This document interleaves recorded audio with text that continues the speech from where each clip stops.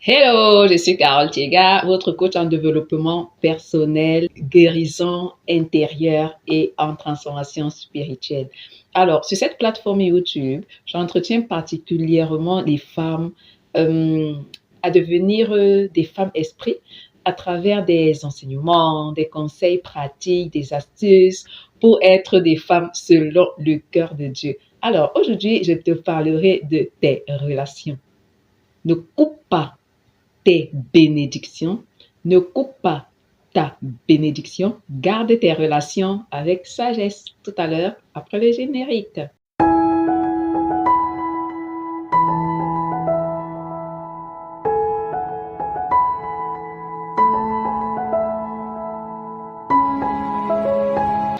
Alors, le livre de Genèse chapitre 41 et le verset 9 nous dit ceci. Alors le chef des échansons prit la parole et dit à Pharaon, je vais rappeler aujourd'hui le souvenir de ma faute. Voilà. Alors, je t'explique que je te mets un peu dans le contexte. Alors, Joseph avait été en prison et puis il avait eu à interpréter le rêve de les chansons du roi et du centenier du roi. Alors, les rêves se sont réalisés exactement comme Joseph les avait interprétés, quoi. Voilà. Maintenant, au moment, le chef des chansons est sorti, mais il a oublié Joseph. Alors un jour, il s'est souvenu de Joseph. Lorsque Pharaon a eu un songe que personne ne pouvait interpréter, il s'est souvenu que lorsqu'il était en prison, effectivement, il y a quelqu'un qui a pu interpréter son rêve. Et c'est comme ça qu'il mentionne le nom de Joseph devant Pharaon.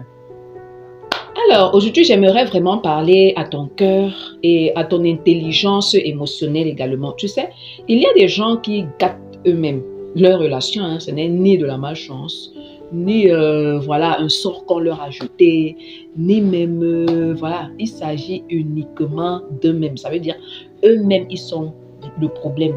J'aimerais que tu te poses, que tu respires un coup, tu vois, et que tu te poses la question, est-ce que tu sais premièrement tisser de bonnes relations? Deuxièmement, est-ce que tu sais garder de bonnes relations avec les autres? Alors, premièrement, je te dirais, apprends à tisser de bonnes relations. Il y a quelque chose qui m'a marqué, enfin, je te partage juste une expérience.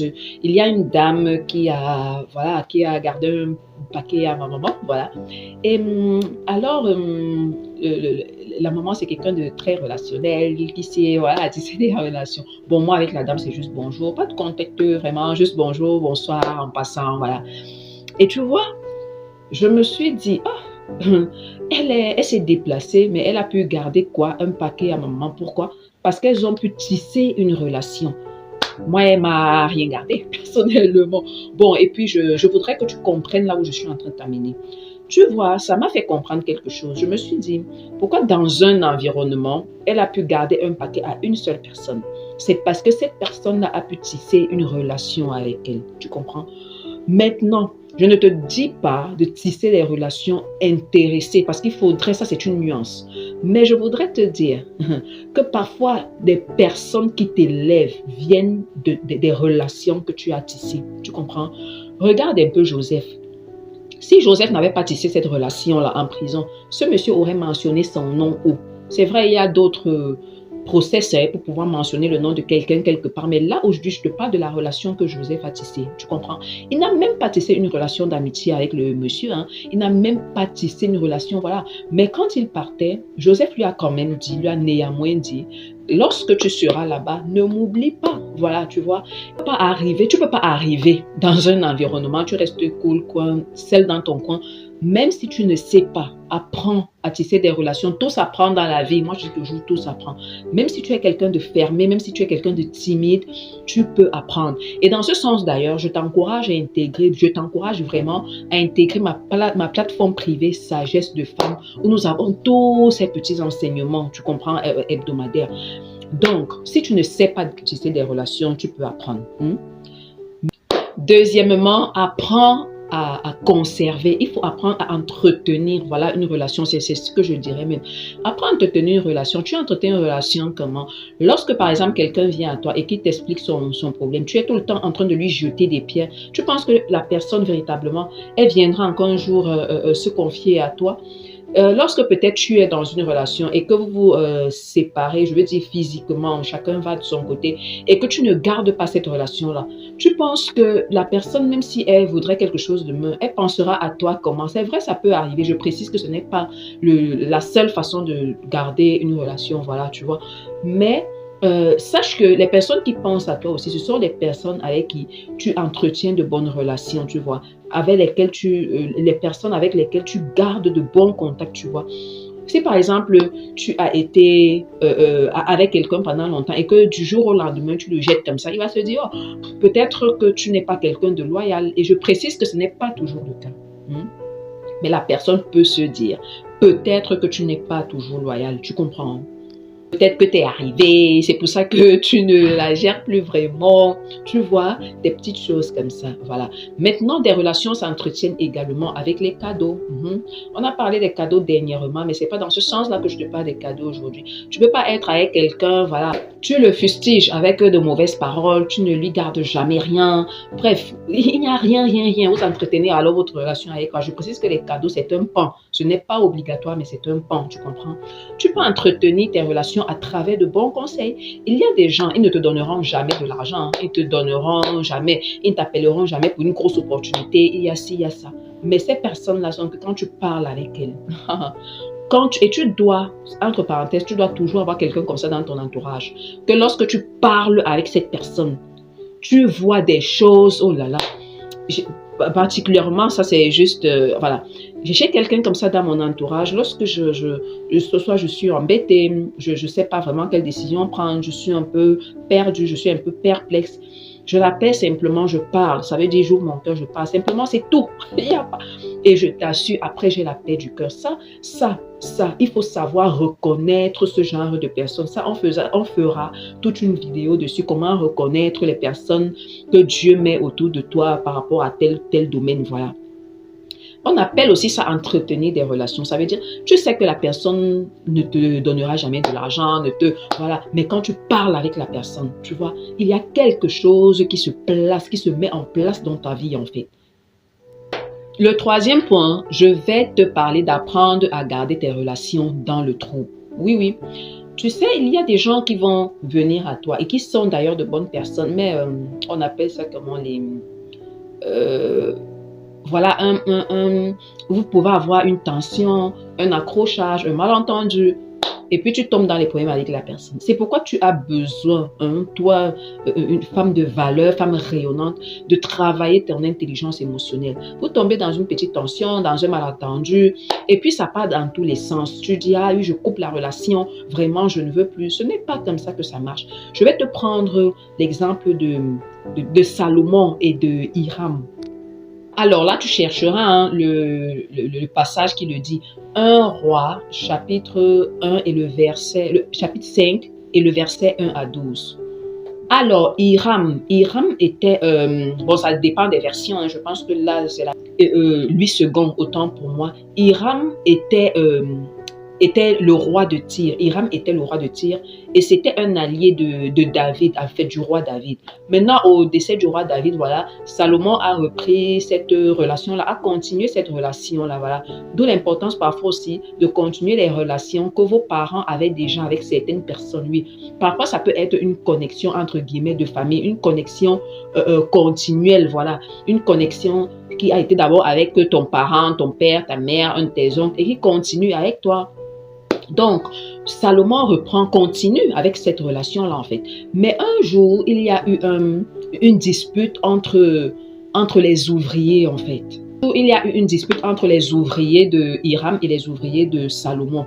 Qu'est-ce que Salomon a fait? Salomon a construit un pont et non un mur, et non une muraille. Il ne s'est pas fermé. Et dire que parfois, tu sais, parfois les malentendus peuvent venir des tiers, hein, des personnes autour de vous. Voilà. Quand tu viens trouver que il y a peut-être une belle relation qui est en train de naître et tu laisses par exemple que les imprévus, les malentendus, un ouvrier, quelqu'un qui, voilà, un de tes employés te dit, ah, la personne a fait ce jeudi, même si c'était avéré, même si c'était vrai. Est-ce que tu t'es approché de la personne, étant donné que tu as déjà quand même une relation avec la personne, tu as déjà une certaine marche avec la personne et te dis non, même si la personne me dit ça, je connais quand même déjà un peu la personne, je peux quand même la voir et je dis, même s'il arrivait que la personne était en tort, est-ce que tu te fermes complètement pour te dire, ok, je coupe, c'est bon comme ça? Non. Apprenons, travaillons à être des femmes spirituelles, des femmes sages, des femmes esprits, voilà, qui travaillent avec leur cerveau, qui agissent même dans leur relation avec leur cerveau et non avec leurs émotions. Je te prendrai également l'exemple de Joseph. Tu vois, Joseph, lorsque le centenier, je pense bien, lorsque les chansons est sorti de prison, il a oublié Joseph. La Bible dit qu'il a carrément oublié Joseph. Le gars est parti s'asseoir dans ses palais, voilà. Mais qu'est-ce que Joseph a fait? Il n'a pas saboté les chansons. Qu'est-ce que nous on fait généralement? Lorsqu'on fait du bien à quelqu'un et que la personne ne nous rend pas ce bien, oh, c'est la cata. Ah oui, je lui ai fait du bien. Ah oui, je lui ai donné de l'argent. Ah oui, je l'ai soutenu. Ah oui, je lui ai payé les études. Ah oui, franchement, je ne te dis pas ça ici pour te condamner. Hein. Moi-même, je faisais ce genre de choses. Voilà, que je ne vais pas dire je faisais. Il m'est arrivé de faire ce genre de choses. Tu comprends? Tu fais du bien à quelqu'un, tu vois comment tu mets à l'aise la personne, mais la personne te le rend par, voilà. Et puis tu t'enflammes, tu t'emportes. Non, même si la personne est en tort, c'est pas, enfin, ce que j'ai retenu moi-même, et je te l'enseigne aujourd'hui, c'est de ne pas saboter la personne. Tu sais, Dieu, on le dit souvent, non? Le meilleur, le deuxième nom de Dieu, c'est le temps. Laisse le temps faire, tu comprends? Ne te mets pas à saboter la personne, à vilipender la personne. C'est vrai, ça peut arriver, tu es fâché, tu es déçu, voilà. Mais moi-même, pour être passé par là, je te conseille de ne pas le faire. Souvent, Dieu laisse le temps au temps, tu vois. Et parfois, tu vilipendes même la personne. Finalement, Dieu lui donne sa récompense. Mais bon, après, après, tu peux te sentir mal. Ah, pourquoi je l'avais fait vraiment? Dieu même aurait pris soin de régler le problème de cette personne-là. Le conseil que je te donne aujourd'hui, même si la personne t'a blessé, tu n'as pas été reconnaissante, laisse-la passer avec sa malchance. Dieu lui-même récompensera cette personne. Si Joseph avait saboté le monsieur, peut-être que le monsieur aura entendu quelque part, ah oui, Joseph a fait ci, Joseph a fait ça. Il allait dire, ok, tu vas donc pourrir là-bas en prison. Oui, ça peut arriver. Tu vas donc pourrir là-bas en prison. Mais Joseph ne l'a pas fait. Joseph est toujours resté dans un état de cœur humble.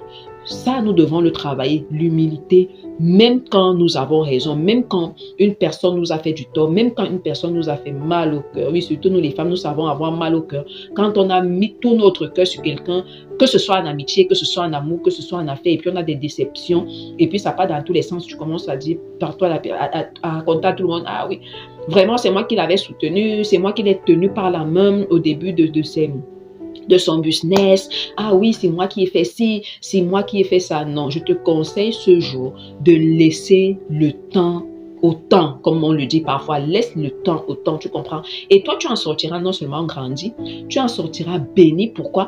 Parce que lorsque tu fais du bien à quelqu'un, je t'assure que d'une manière ou d'une autre, le bien la rentre sur toi. S'il ne rentre pas sur toi, il va rentrer sur ta progéniture, sur tes enfants, d'une manière ou d'une autre dans ta vie. Si la personne te le rend par le mal, il n'y a pas de souci. Ce mal-là, ça là, c'est un autre sujet. Ce mal-là finira toujours par rentrer. Tu vois, il y a un adage qui dit que lorsque tu craches en l'air, tu finis par recevoir sur ta face. Hein, peu importe le temps que ça va prendre, ça va finir par surgir sur ton visage. Enfin, il y a des connexions que Dieu va utiliser comme ça, qui au départ vont te presser. Ces personnes-là te pressent comme pas possible. Entre guillemets, elles te font du mal. Entre guillemets, elles te piétinent. Entre guillemets, ça je parlerai surtout en milieu professionnel. Voilà. Tu vois quelqu'un avec qui tu travailles, un supérieur hiérarchique qui te piétine, qui te mate. C'est en train de bâtir ton caractère, c'est en train de te construire. Il te prend peut-être, tu es quelque part, il te jette dans une affectation en brousse. Tu ne connais pas ce qui est en train d'être tracé sur ton chemin. Tu comprends? Tu ne connais pas ce qui est en train de se faire sur ton chemin. Peut-être que ça va te pousser, même si je dis, tu es tombé dans une mauvaise relation, ça t'a détruit, mais par la grâce de Dieu, tu as pu te relever. Si tu as pu te relever et peut-être faire des exploits dans un domaine de ta vie, c'est justement parce que cette personne-là t'avait pressé, tu comprends? C'est parce que cette personne-là t'avait appuyé bien. Si elle ne t'avait pas écrasé, tu ne serais jamais au niveau où tu es. Donc, si tu es dans la phase où quelqu'un t'a écrasé, quelqu'un t'a blessé, prends ce moment-là. N'en fais pas des, comment dirais-je, ne t'apitoie pas sur ton sort, mais profite pour te bâtir et pour te relever. Oui, oui. Et il y a des personnes comme ça qui seront mises sur ton chemin, qui seront mises sur ton chemin, juste pour te presser, pour faire sortir le meilleur de toi-même. Pour finir, je te conseillerais de ne pas envier les relations des autres. Apprends à tisser de bonnes relations. Apprends à entretenir tes relations, oui.